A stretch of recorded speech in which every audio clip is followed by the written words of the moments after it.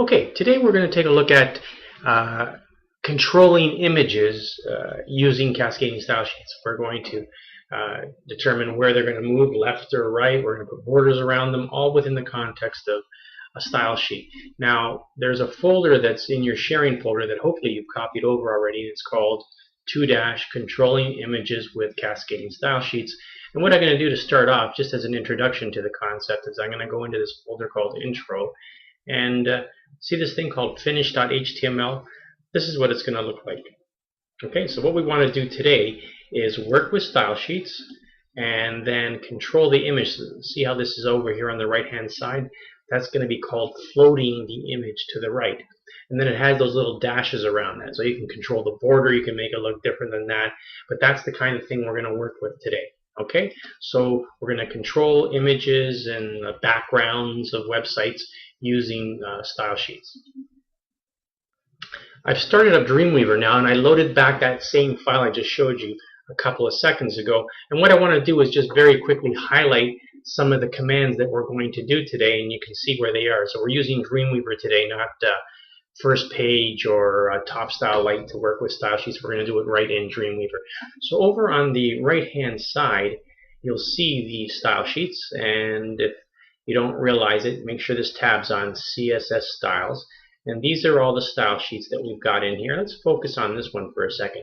Now, there's always two ways to look at the style sheet when you look at it from here. If you double click, it'll bring this up. But you know what? You'll go, well, okay, where's the stuff? And if you don't know any better, you don't know that some of this stuff is in maybe box. Oh, there it is right there.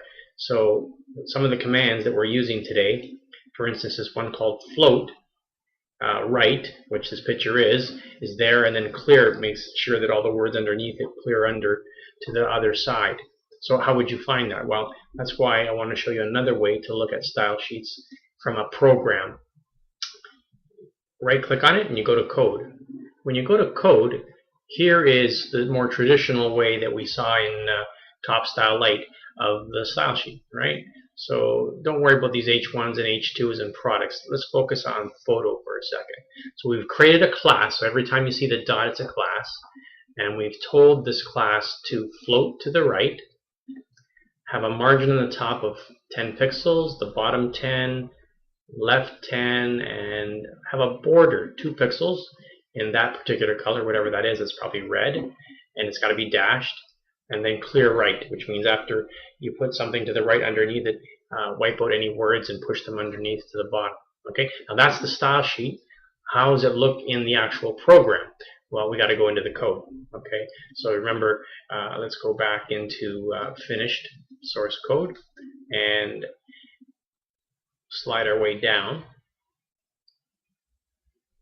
Okay, and right here, this is roughly the area where you see it. There is the use of the style sheet. Okay, so notice that it says class equals photo.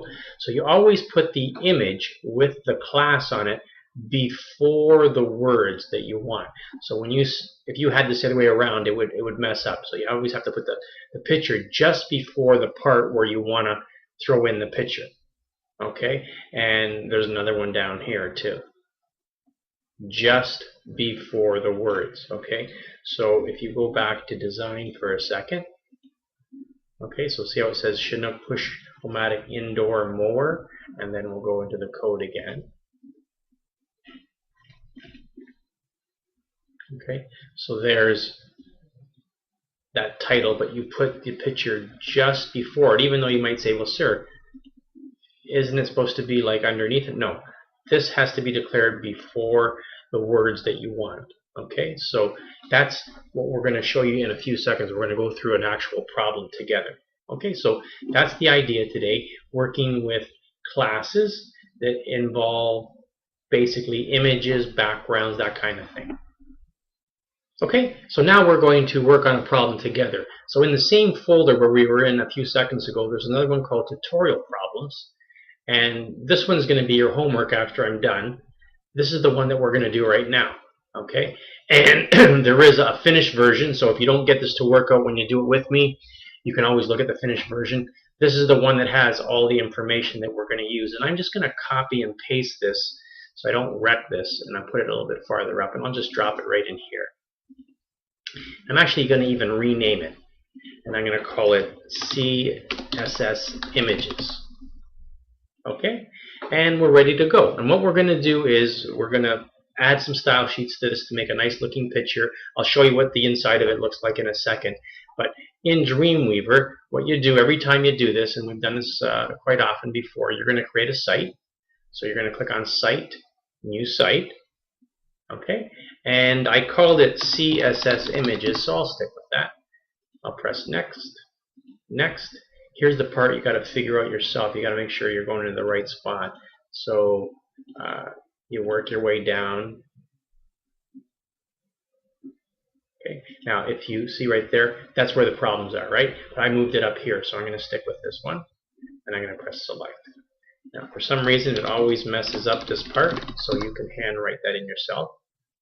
All right. Then I go to Advanced, and I'm going to tell the computer where the pictures are, and they're obviously right in there. You press Select, and again, I don't trust it, so I'm going to type in the word Images right there, and then we click Next. This is always set to None. And we're basically ready to start. Over here on the right now, you'll see everything that makes up your site. Okay, over on the right-hand side is a file called Confessions. And let's take a look at it with the screen. So what we're going to do is we're going to add some pictures to this site. We're going to make this be a rollover. We're going to do a couple of neat things to it. So first off, put yourself right in front of the M in that first paragraph.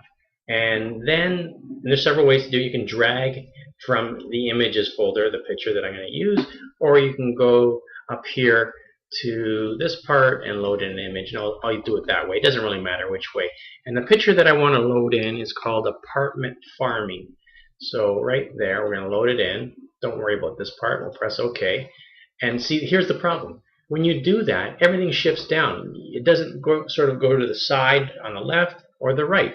And that's where this new thing we're going to learn today, using image CSS styles, is going to improve that. Now, you might notice over here on the right-hand side, this has got a lot of styles already written in it. So we're either going to add to them or modify the ones that are there. Okay? All right, let's create our own style sheet. You're in the CSS Styles tab, right? And then you press this little button here, and we're going to make a class. All right, and we'll give this class, because I want the picture on the right, I'm going to call it Photo Right. Okay, and we're ready to go. And notice that it says choose the style sheet you're in. I'm in this style sheet called Features, so stay with that. Okay, so notice up here it has the word features.css. Stay in that style sheet. Okay, and then you press OK. Now, what are we going to do to this? We're going to do a couple things, and in no particular order. We'll start, and let's put the border around it first. Okay, you could have done the other part first. It doesn't matter. So borders obviously are in border, and what we'll do is we'll have a solid border, and let's make it. Well, you can put dashed if you want. I'm going to do solid. Okay, the width is going to be 1, and the color, let's go with black. And again, while I'm doing this, you can experiment. There's no right or wrong. We're just learning how to do this, so don't worry about it. If you think you want to do something else, add it to it, and it shouldn't be a problem. Okay, next. Now, you can press apply if you want. Nothing magical is going to happen yet, but in a few minutes, it will change things. Okay, so we've got a solid, width, and color. So that's like a minor detail. The real magic happens in this next thing I'm going to show you. The next part is you press box.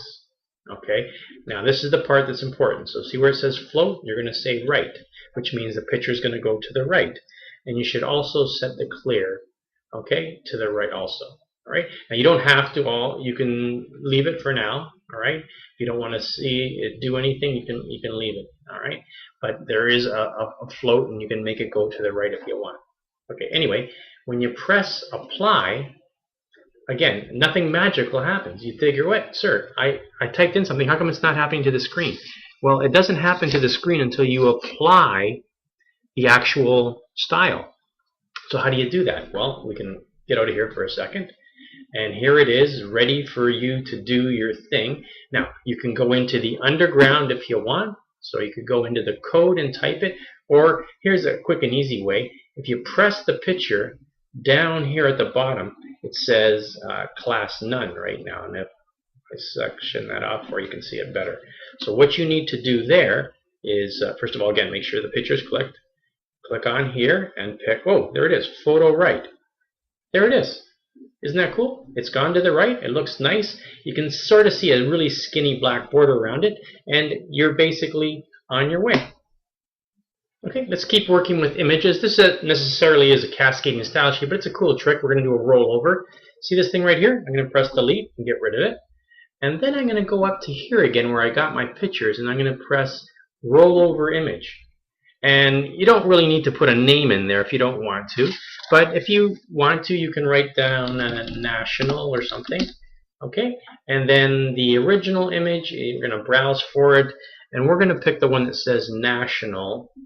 So slide down a little bit. There it is right there. And then the rollover image is going to be, and it will have the word national in it again, but it'll say rollover. Okay? Alternate text, you can write words there if you want. When you click on it, you can go somewhere. All right, so you could write a website there if you felt like it. It's not really important for this example, but at least it'll show you the rollover effect. And it loads in, and let's preview it. Okay, and when it starts up, hopefully it starts up on my computer. I think it's going to start up. There's Firefox. I had to start up Firefox. So there it is, looking nice now. Over to the right, the image. Now watch when I go over this. Okay, so you've got a little rollover going on there. Continuing with the theme of working with images. Okay, so we've done the floating, we've done a little rollover. Let's do a background. So the background involves the body, so we're going to click on the body. And what we're going to do is when we're going to double click on it, we're going to modify it slightly. And there is a thing when you click on background where you could change the background color if you want. You can also add an image. All right, so that's what we're going to do right now. And there's an image called BG image, and we're going to press OK. And we're going to apply it just for fun for a second. And it looks decent. I'm going to press OK. But notice, whoa, it looked nice up to there, but then it messed up down here. So we got to fix that. To fix it, you go in back to the background, and tell you the truth, it's a little bit of experimenting. I know because I've done this enough times that it's going to be necessary to add this thing called repeat X. But you might say, well, let me try repeat Y if it doesn't work out. But repeat X is what you're going to need. Then you press apply, and then you press OK. And what will happen is that it'll be just right across. Now, you're saying, but sir, look at all that gray stuff underneath. Well, we're going to fix that up in a second. But it doesn't tile now. It doesn't repeat itself. And we'll fix the other part in a second. All right, so how do we fix this part down here then so that it blends in? Well, you notice that it sort of fades into black down here. So why don't we, in the background color, make it black and then press apply. And now, if we press OK, it sort of fades into black and you see it sort of melt down to the bottom there.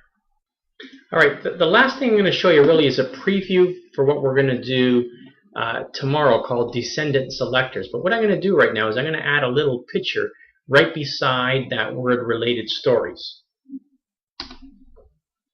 Related stories is an H2, and over here on the right hand side there's this thing called sidebar H2. So I don't want to change every H2, I only want the ones that are in the sidebar. So when I double click on this, this is called a Descendant Selector. It's kind of different, and what you would do there is you would go to, for instance, the background, and you could change the picture you want to use. Okay, so watch, I've added this picture, and I put the word no repeat, and I'm going to press apply, and it goes there. Not quite right, but almost right. Now to fix this problem where the word's over top of the picture, what you do is you go to box, and you change these values to 3, 3, and 30, and when you press apply, it shifts over, and now it looks nice. So there is sort of a quick and dirty introduction to style sheets with images. And what you're going to do to finish up is work on the problems from the CSS Manual Chapter 8.